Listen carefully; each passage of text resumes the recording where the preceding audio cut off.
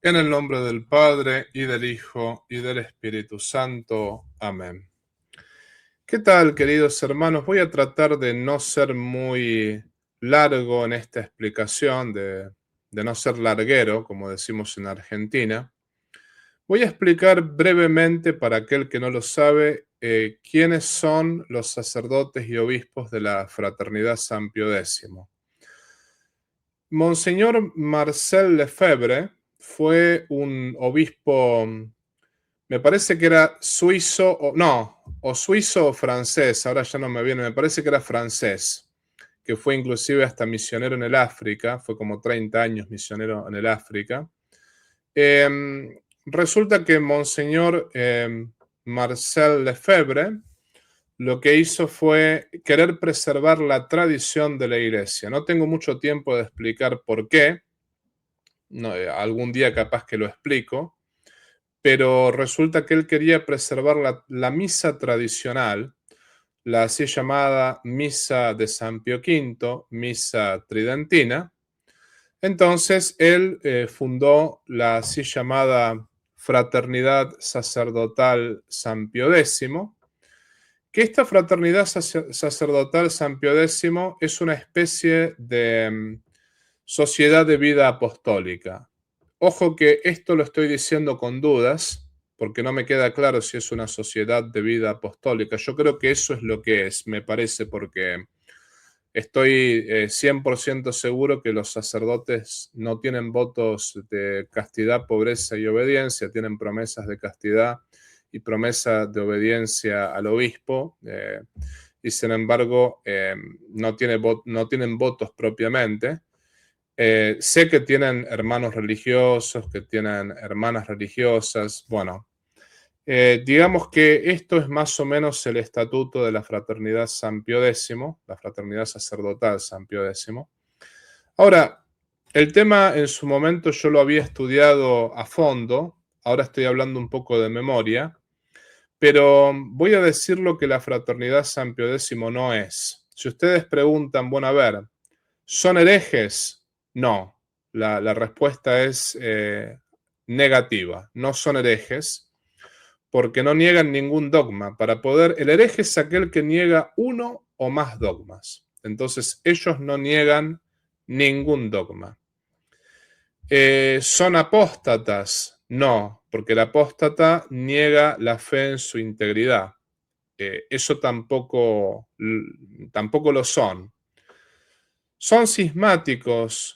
No, tampoco son cismáticos, porque el cismático, por ejemplo, los ortodoxos son cismáticos. Ellos niegan la autoridad del sumo pontífice. Los sedevacantistas son cismáticos. Ellos niegan la autoridad del sumo pontífice, niegan que el Papa León sea el Papa.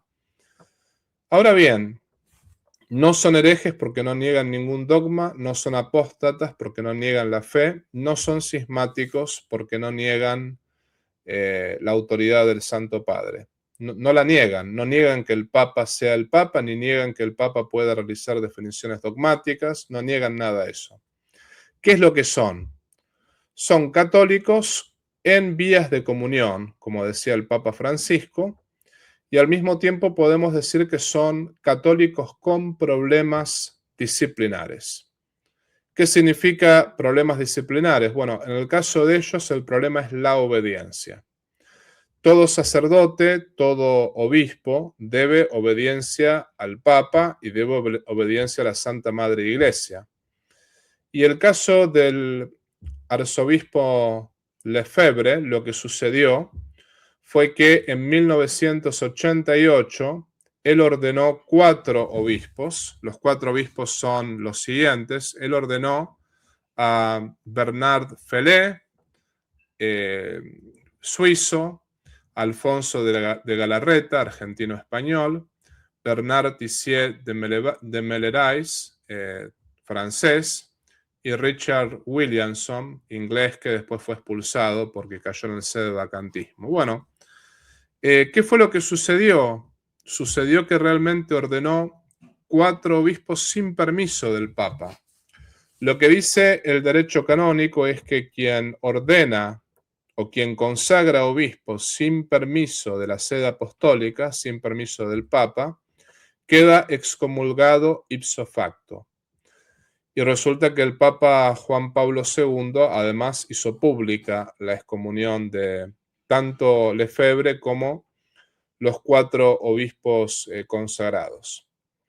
Entonces, al tener obispos excomulgados en su momento, todos los sacerdotes ordenados por esos obispos, sus ordenaciones eran válidas porque los obispos excomulgados tienen el poder episcopal, entonces podían ordenar sacerdotes válidamente, pero de manera ilícita. Entonces, como eran obispos excomulgados sin jurisdicción y sin potestades, todos los sacerdotes ordenados por esos obispos eran sacerdotes suspendidos a divinis. Los sacerdotes no estaban excomulgados, solamente estaban excomulgados los obispos y los sacerdotes estaban suspendidos a divinis, o sea, podían administrar los sacramentos válidamente, pero ilícitamente. Esta era un poco la situación de la Fraternidad San Pío X en 1988. Después, lo que sucedió con el Papa Benedicto XVI es que el Papa Benedicto XVI les levantó la excomunión a los obispos excomulgados, pero sin embargo lo que podemos decir es que si bien la excomunión estaba levantada, no les había dado jurisdicción, o sea, fue un paso importante, pero no les había dado jurisdicción, ni tampoco les había dado diócesis, ni nada. Entonces todavía era una situación irregular. Y cuando eso sucedió, después vino el Papa Francisco, y el Papa Francisco le dio más potestades a la Fraternidad San Pío X, entre ellas la potestad de escuchar confesiones a causa del Jubileo de la Misericordia, la potestad de escuchar confesiones válidamente, de celebrar misa válidamente, o sea, la misa y las confesiones siempre fueron válidas, perdón, ¿no? Pero podían confesar lícitamente, o sea, los sacerdotes de la Fraternidad San Pío X tenían las licencias dadas por el Papa, podían celebrar misa lícitamente, y también podían administrar otros sacramentos lícitamente. En fin, el Papa Francisco también en eso hizo un gran paso de acercamiento. Ahora, ¿qué es lo que sucedió? Sucedió que 2 de los obispos ya murieron. Williamson ya había sido expulsado porque había caído en el sedevacantismo, y también el obispo francés, ¿no? El que se llama Bernard Tissier de Mellerais, ese también murió, y quedaron 2 obispos, que es Monseñor Galarreta y Monseñor Felé, el obispo suizo y el obispo argentino-español, que prácticamente ellos ya están bastante ancianos. Entonces, ¿por qué razón ellos quieren ordenar obispos?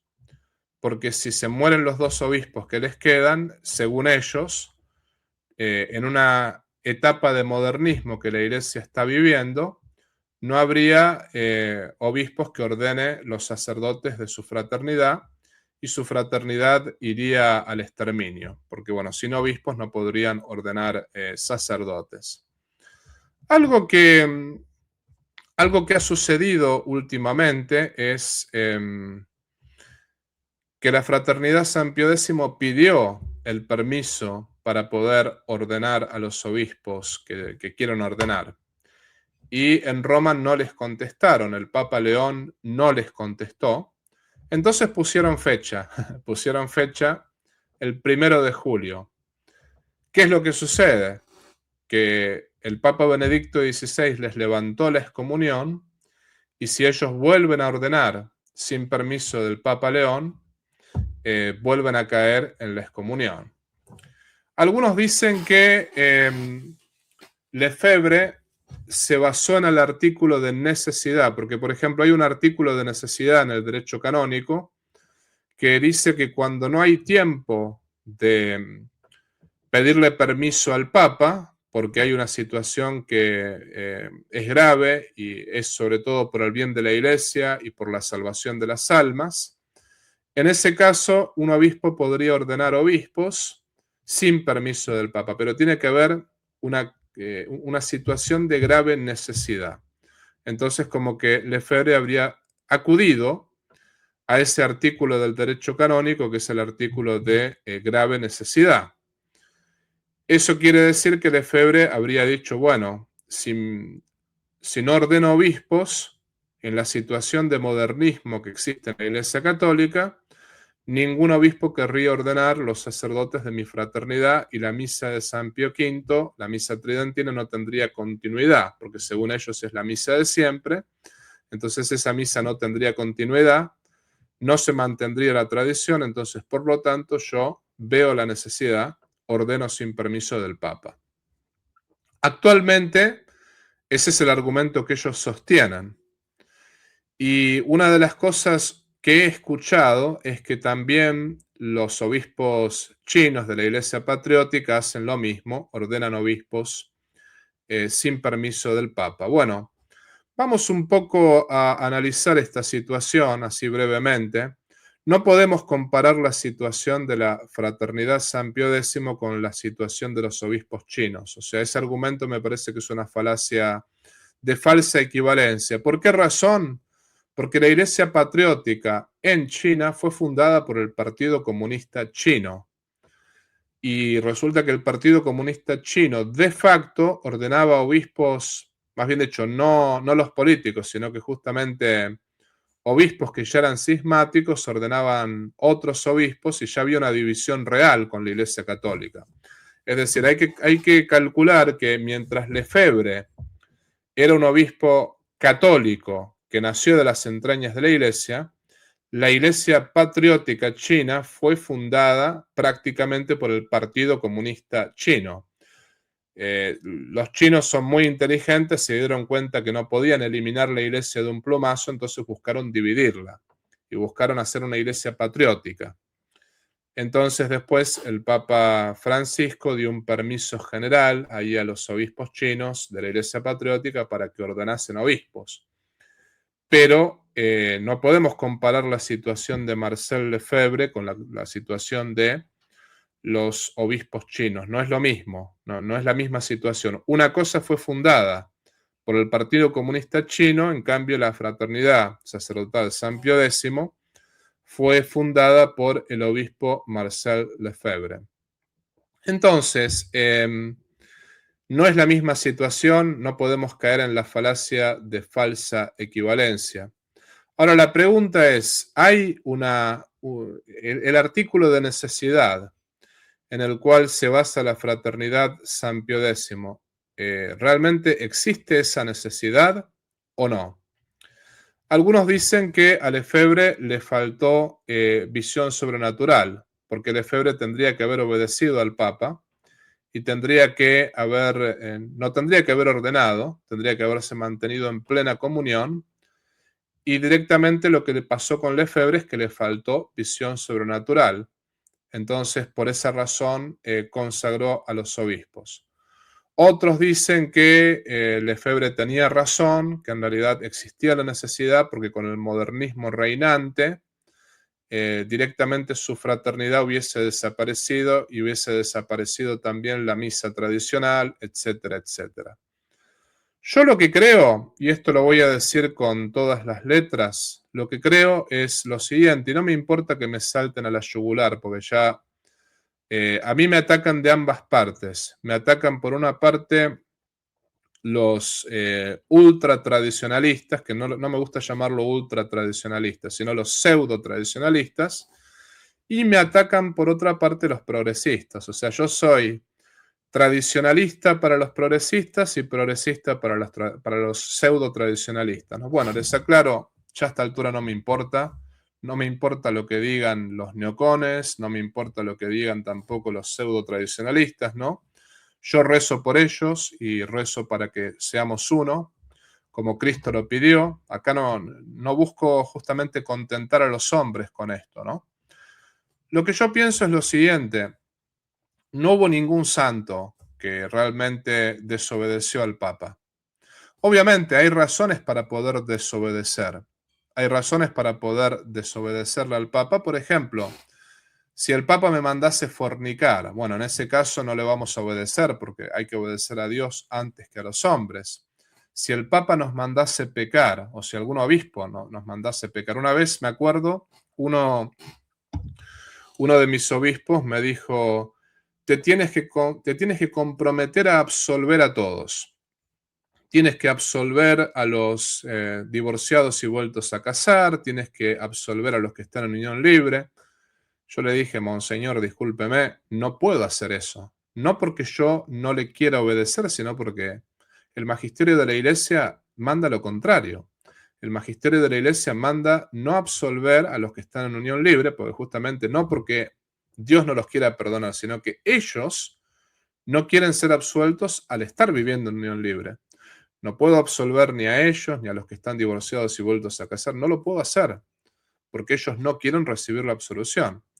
Y bueno, en fin, me tuve que ir de esa diócesis, lamentablemente, pero obviamente si me mandan algo que es pecado, si me mandan algo que va contra el magisterio de la Iglesia y contra la doctrina de siempre, no podemos, ni el Papa ni los obispos son los dueños del depósito de la fe, ni mucho menos lo somos los sacerdotes, ¿no? Nosotros no somos dueños del depósito de la fe, sino que simplemente somos los protectores, sobre todo el Papa y los obispos, sobre todo ellos que son los que propiamente forman el colegio episcopal, y ellos son los que forman magisterio. Bueno, sobre todo ellos son aquellos que realmente tienen que custodiar el depósito de la fe. Y nosotros los presbíteros, como colaboradores directos de los obispos, tenemos que también transmitir la fe de la Iglesia, pero ni el Papa, ni los obispos, ni los cardenales, ni nadie es el dueño del depósito de la fe. Nosotros no podemos ir contra la doctrina de siempre. Eso es importante aclararlo, ¿no? Ahora, hay órdenes que son por ahí muy incómodas, pero que son legítimas. Son legítimas. No hubo ningún santo que haya desobedecido a la Iglesia. Por ejemplo, al Padre Pío le pidieron, y fue una orden súper injusta, le pidieron que por 11 años, se lo pidió el Papa Benedicto XV, el mismo Juan XXIII, la cosa que por 11 años no lo dejaban celebrar misa ni lo dejaban confesar, lo habían suspendido en el ministerio. Totalmente injusta la suspensión. Y no solamente injusta, sino además arbitraria. El Padre Pío obedeció humildemente, pese a que se lo sancionó injustamente. Lo mismo podemos decir de San José de Salasanz, o de Calasanz, no me acuerdo cómo era la pronunciación, pero a él realmente le destruyeron su orden, le destruyeron su congregación, y él murió en santa obediencia, inclusive hasta en obediencia heroica. Es decir, ningún santo ha desobedecido a la Iglesia cuando la orden inclusive era injusta. Uno puede decir, bueno, no hay que obedecer cuando me mandan pecar, no hay que obedecer cuando me mandan ir contra la doctrina de siempre, cuando me mandan algo que va contra el depósito de la fe. Pero sin embargo, cuando la orden es injusta, pero es legítima, porque hay que también pensar, una orden puede ser injusta, pero puede ser legítima. En ese caso hay que siempre seguir el ejemplo de los santos. La obediencia a la Iglesia es la obediencia a Dios. Aclaremos, no es obediencia ciega, es sabiendo inclusive que es una orden injusta. Ahora, me mandan pecar, me mandan fornicar, me mandan un acto de, no sé, un acto de, no sé, un acto inmoral. Obviamente no obedecemos en esas cosas. Me mandan asesinar, obviamente que no. Me mandan celebrar la misa con Pepsi y Coca-Cola, o con pizza y Coca-Cola, obviamente que no puedo obedecer esa orden. Me mandan absolver a los que están en unión libre o a los que están divorciados y vueltos a casar, obviamente no puedo obedecer esa orden, porque hay que obedecer a Dios antes que a los hombres. No tengo que siempre obedecer al magisterio de la Iglesia de siempre. Pero tampoco puedo agarrar y decir, bueno, desobedezco y punto final, porque a mí me parece, porque eso fue lo que hizo Lutero, al fin y al cabo. Es decir, desobedezco porque la orden es injusta. Bueno, la orden puede ser injusta. Hay que ver si la orden es legítima. Eso es lo que hay que ver. Una orden que me manda a pecar es injusta e ilegítima. Pero si la orden no me manda a pecar, no me manda a ir contra el magisterio de siempre, ni me manda a traicionar el depósito de la fe, en ese caso la orden puede ser injusta, pero legítima. Y ningún santo ha desobedecido a la Iglesia aún con órdenes que sean injustas, pero legítimas, ¿no? Entonces es importante esto tenerlo claro. ¿Hay realmente necesidad de ordenar obispos? ¿Hay realmente necesidad de consagrar obispos para la fraternidad sacerdotal San Pío X? Yo no voy a responder esa pregunta, simplemente voy a dejar esta reflexión. Depende de quién eso. A ver, ¿podemos relativizar el artículo de necesidad? Depende de la conciencia de cada obispo decir, bueno, a ver, hay necesidad, entonces ordeno.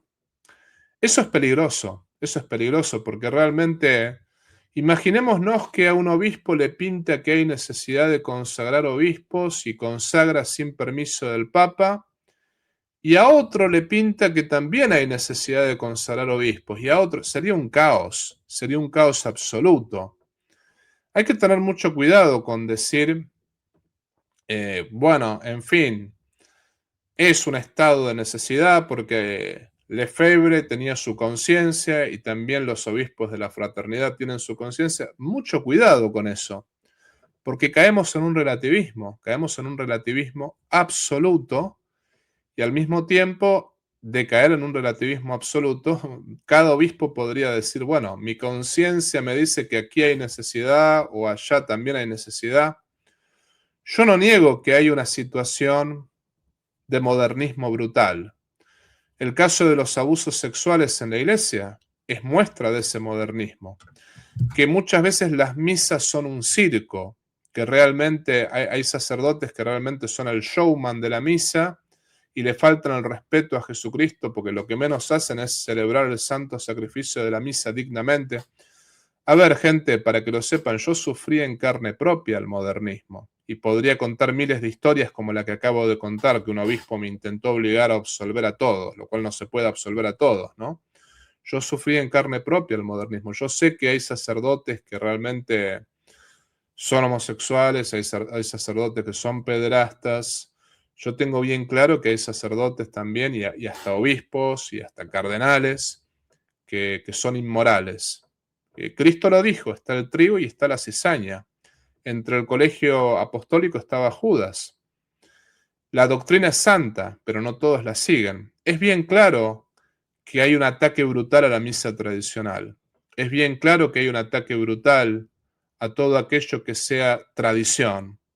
Es bien claro que el modernismo ha hecho estragos. Pero tampoco podemos caer en el extremo de que nosotros seamos nuestro propio magisterio, que nosotros decidamos saber cuándo hay artículo de necesidad y cuándo no lo hay. Porque si empezamos a relativizar absolutamente todo, entonces cada obispo podría decir, bueno, a ver, yo creo que hay necesidad de ordenar obispos sin permiso del Papa.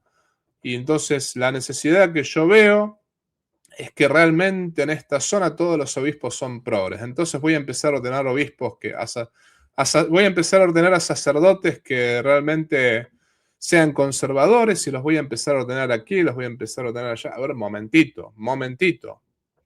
No podemos caer en un relativismo absoluto y empezar a ver necesidad en todas partes.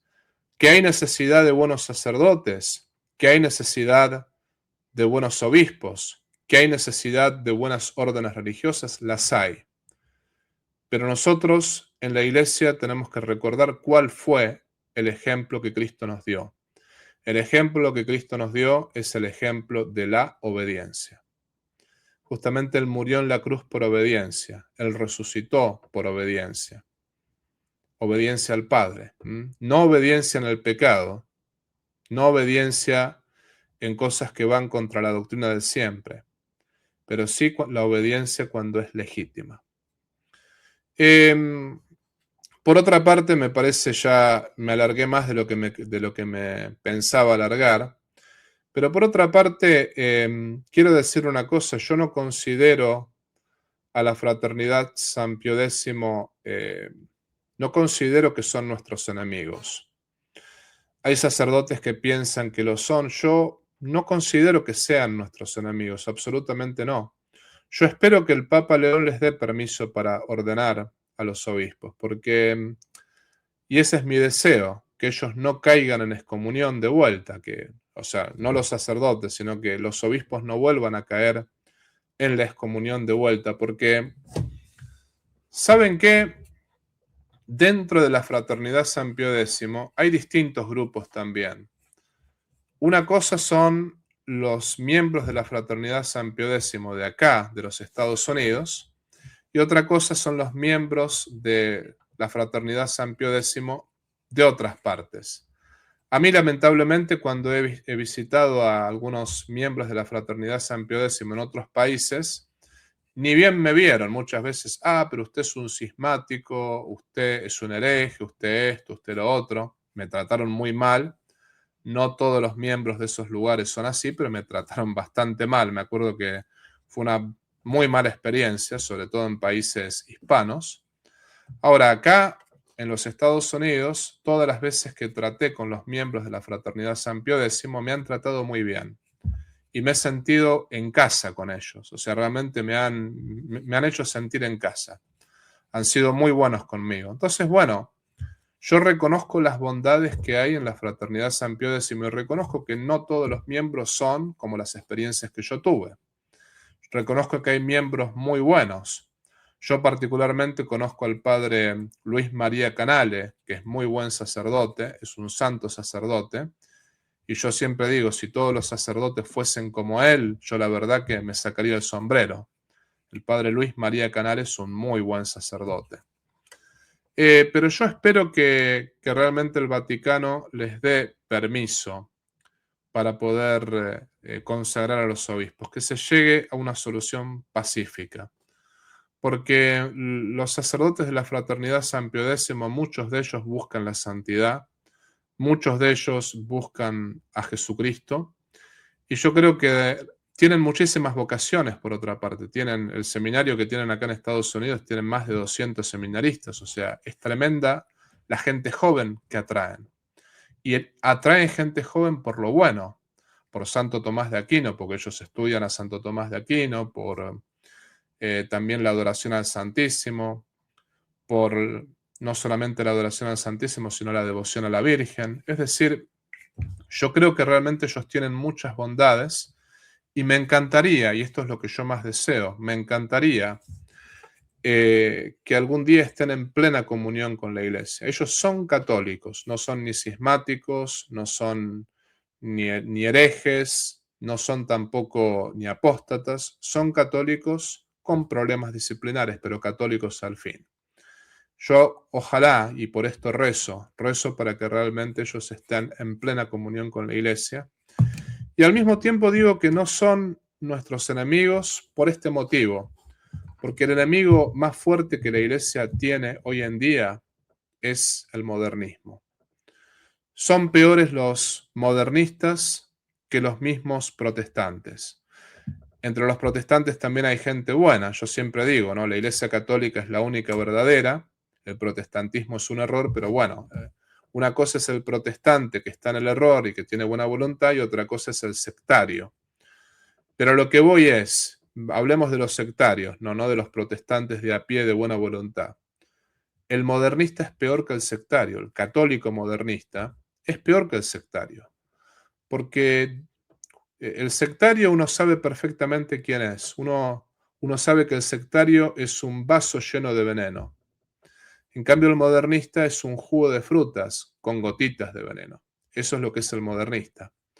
El modernista, disfrazándose de católico, porque no es católico, defiende que todas las religiones son iguales, cuando solamente Cristo salva y solamente la Iglesia Católica salva. El modernista defiende los lobbies LGBT, el modernista defiende el crimen del aborto, el modernista también busca la destrucción del santo sacrificio de la misa. El modernista, como los de la Iglesia alemana, por ejemplo, ¿no? quieren destruir la iglesia desde adentro, quieren incendiar la iglesia desde adentro. Entonces yo no creo que realmente el enemigo de la iglesia sea la fraternidad sacerdotal San Pío X. Absolutamente no creo que sean ellos el enemigo. Yo creo que debemos unirnos todos para poder luchar contra el modernismo, porque el modernismo es lo que está haciendo tanto daño a la iglesia. Entonces, bueno, yo espero que la fraternidad sacerdotal San Pío X reciba el permiso para poder consagrar a los obispos y que algún día estén en plena comunión con la iglesia. Están en vías de comunión, como decía el Papa Francisco. Yo espero que estos problemas disciplinares se puedan resolver y yo espero que algún día estemos todos juntos en un mismo frente para combatir al verdadero enemigo, que como dice San Pablo, el verdadero enemigo es Satanás, el verdadero enemigo es el demonio y todo aquello que tiene que ver con el demonio. Y justamente el modernismo viene del demonio. Entonces, busquemos el reinado social de Jesucristo y recemos por la fraternidad sacerdotal San Pío X. Ojalá que reciban este permiso que buscan, que puedan ordenar nuevos obispos. Rezamos por esa intención y ojalá que estos problemas disciplinares puedan ser resueltos cuanto antes, porque realmente ellos tienen valores muy buenos y esos valores muy buenos los necesitamos plenamente dentro de la iglesia. Repito, quizá este video le caiga mal a algunos tanto de un lado como de otro. No puedo contentar a todos. Yo simplemente busco contentar a Dios, aunque soy un gran pecador, busco contentarlo solamente a Dios. Espero haber sido lo más objetivo posible. Si están en desacuerdo conmigo, al menos, bueno, recuerden, como decía San Agustín, en lo dogmático unidad, en lo opinable libertad y en todo caridad. Eso decía una frase atribuida a San Agustín. Podemos estar de acuerdo en estar en desacuerdo, pero hay que estar siempre en desacuerdo con la verdad y con la caridad. La caridad y la verdad deben siempre caminar juntas, porque la caridad sin verdad es sentimentalismo, pero la verdad sin caridad es brutalidad. Mis mejores deseos para la gente de la Fraternidad San Pío X. Fuera de la Iglesia Católica no hay salvación, la Iglesia Católica es la única verdadera, eso lo voy a sostener siempre. Entonces permanezcamos fieles a la Iglesia siempre. Dominus vobiscum et cum spiritu tuo. Benedicat vos omnipotens Deus, Pater et Filii et Spiritus Sanctus. Amén. Gracias y que Dios los bendiga. Si te gustó el video, por favor ponle like, suscríbete a este canal, comparte este video y activa la campanita de la notificación. También si deseas colaborar económicamente con este apostolado virtual, te invito a hacerlo por PayPal, también por un super chat o puedes unirte al canal como miembro. En la descripción de este canal vas a ver el modo concreto cómo colaborar con este apostolado. Si no puedes colaborar económicamente, no te preocupes. Este apostolado es gratuito y todos los videos son gratuitos. Lo más importante es que compartas este video con las personas que estén a tu lado. La idea es llegar a todo el pueblo de Dios y la idea es poder predicar el Evangelio para mayor gloria de Dios y la salvación de las almas. Por otra parte, te quiero avisar que todo el dinero que se recaude con este apostolado virtual va a ser enviado para familias necesitadas y para mejorar esta misión en el sexto continente. Desde ya te agradezco por todo lo que puedas hacer por cada uno de nosotros. Y te pido también que reces por mí y yo rezo por ti. Viva Cristo Rey, viva la Virgen y viva el Patriarca San José.